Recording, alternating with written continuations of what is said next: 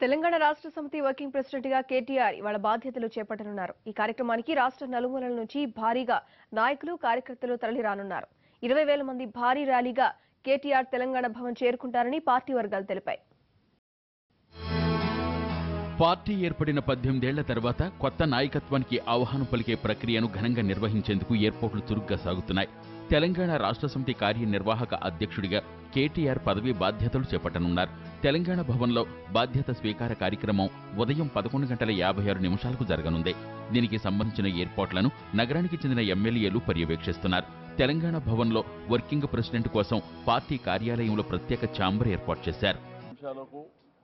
Round table school నుంచి ర్యాలీగా బయలుదేరి 11:05 ఇక్కడికి గేటు దగ్గరికి చేరుకొని ఆ గేట్ బయటనే వారు అడ్రస్ చేయడం జరుగుతుంది.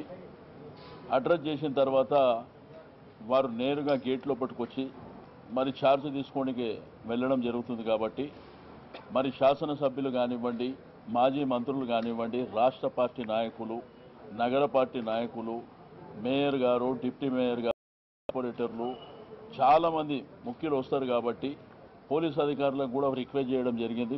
తెలంగాణ భవన్కు 2 కిలోమీటర్ల దూరం నుంచి కేటీఆర్కు స్వాగతం పలికేందుకు భారీ ర్యాలీ కార్యక్రమాన్ని ఏర్పాటు చేశాయి పార్టీ శ్రేణులు.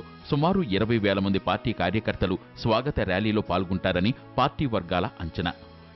మద్దతుగా రాష్ట్రం నలుమూలల నుంచి భారీ సంఖ్యలో కార్యకర్తలు, నేతలు నగరానికి వస్తారని పార్టీ నేతలు చెబుతున్నారు.